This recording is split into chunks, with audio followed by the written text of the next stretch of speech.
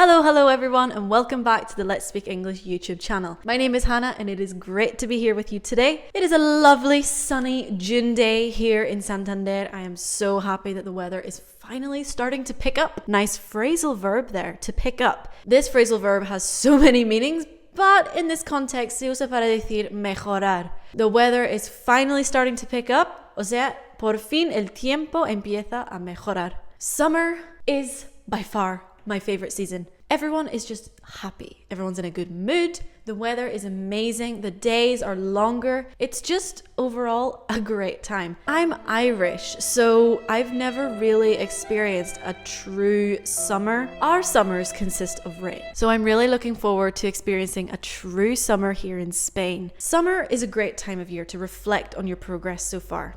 We're exactly halfway through the year now. The summer solstice was just a few days ago. It's a good idea to use summer as a period of reflection and self-growth. What have you accomplished so far this year? Because let's face it, we all make resolutions in January. And have we stuck to them? I, for one, said in January that I would work out more this year. Did I do it?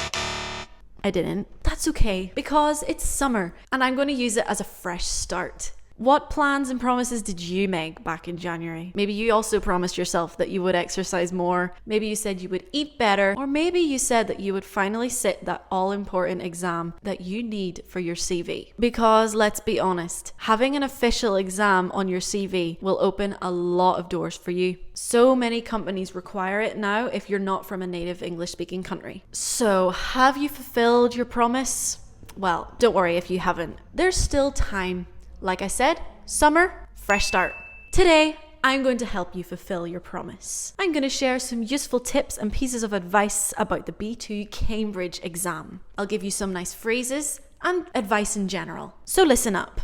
First of all, I want to mention the importance of preparation for this exam. It's something so obvious, but a lot of people don't think about it. Just because you can speak English doesn't mean that you can walk into the exam without studying at all. El examen B2 no es nada fácil. Y no puedes esperar a aprobarlo si no estudias. A medida que se acerca la fecha del examen, necesitas sumergirte en el inglés. Y es esencial que aproveches todo el tiempo libre que tengas para estudiar. Make a clear study plan and dedicate certain days of the week to studying English. Change the language of your phone to English. If there are things in particular that you struggle with, then focus on them. You need to do a lot of preparation for this exam. And as you're preparing, one of the most important things to work on is your vocabulary. You must build up your vocabulary as much as possible. Nice phrasal verb to build up, acumular o ampliar. And having a high level of vocabulary is not only useful for the exam, but it's also useful for your everyday life. The English skills that you learn from preparing for this exam are going to lead you to lifelong success. In the speaking and writing part of the exam, you'll need those phrasal verbs, collocations, phrases to impress the examiner. And in the reading and use of English exam,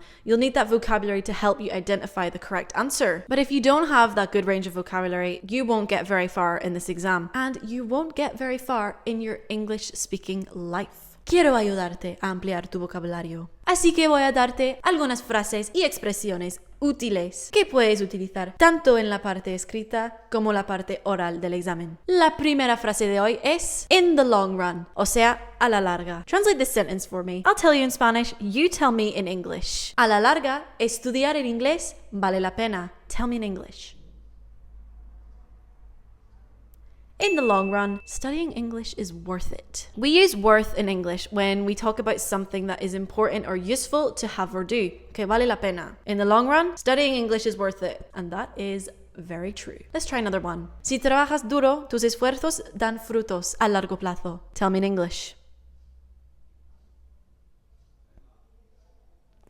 If you work hard, your efforts will pay off in the long run. How did you do? We say something will pay off when we mean que va a dar buenos resultados, que va a dar frutos. Your efforts will pay off in the long run. Learning phrases and expressions like this are great in the long run. Especially in parts 2, 3, or 4 of the speaking, you might have to talk about lifestyle choices, trends, business decisions, and this is just a great phrase to use when you want to talk about potential outcomes of something over a period of time. So that's one great phrase that you can incorporate into the exam. How about this one? It goes without saying.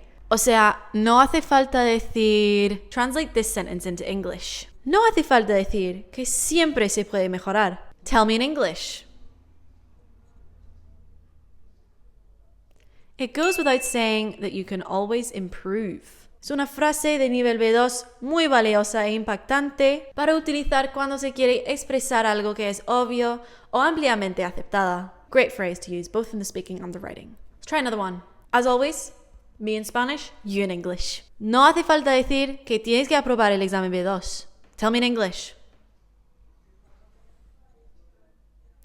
It goes without saying that you have to pass your B2 exam. Hopefully you got that one right. It goes without saying that you should learn these phrases and remember to use them in your exam. Si quieres recibir más consejos como estos, inscríbete a nuestro curso intensivo de verano. En nuestros cursos Summer Impact y Exam Prep Booster tendrás la oportunidad de mejorar tu inglés en poco tiempo, recibiendo correcciones de hablantes nativos, practicando tu precisión gramatical y ampliando tu vocabulario. Si quieres más información, hay un enlace en la descripción de este video. When we talk about improving your vocabulary, it can be really easy to just get overwhelmed and not know where to begin. One of the best things that you can do is read. Empieza a leer en inglés en la medida de lo posible. Cada vez que te encuentres con un término que no conozcas, anótalo. Debes practicar la lectura todo lo que puedas para que seas capaz de leer a un ritmo más rápido. The Reading and Use of English exam lasts for 1 hour and 15 minutes. It has 7 parts and 52 questions. Es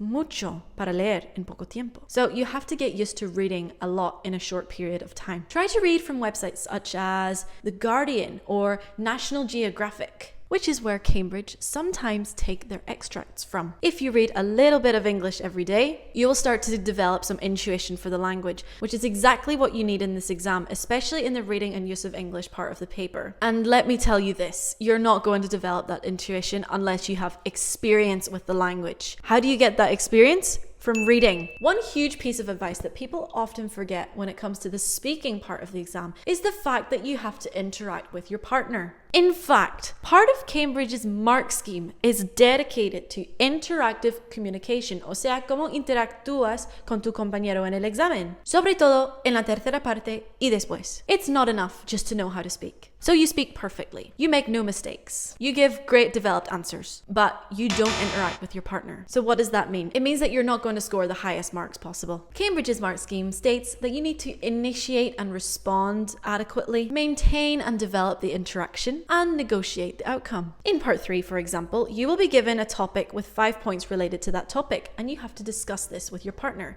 A great way is to take the initiative in this discussion and say something as simple as, "Shall we start with this one?" O sea, empezamos con esto. Es una forma muy educada de empezar la conversación y tomar la iniciativa. How do you say, ¿estás de acuerdo? Tell me in English. Do you agree? Espero que no hayas dicho, are you agree? Another question that you could ask your partner is, don't you believe that? O sea, ¿no crees que? Por ejemplo, dime esta frase en inglés. ¿No crees que los anuncios en internet son más eficaces que los de la televisión? Tell me in English.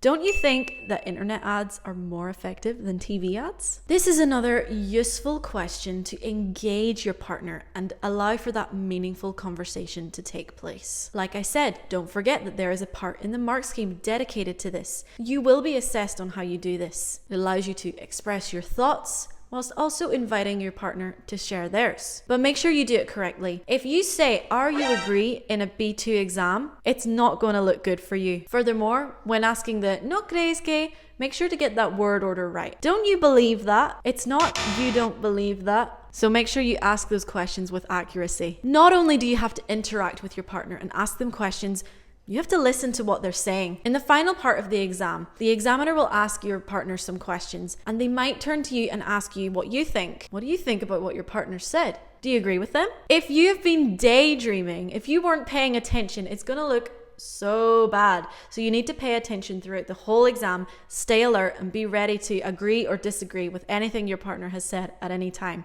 especially in that final part of the exam. Otherwise, it's not a good look. Bueno, espero que este video haya sido útil. Si quieres más información sobre nuestro curso intensivo, recuerda que el enlace está en la descripción de este video. Espero que pases un día estupendo y te deseo mucha suerte en la preparación de tus exámenes. Nos vemos en clase. Bye.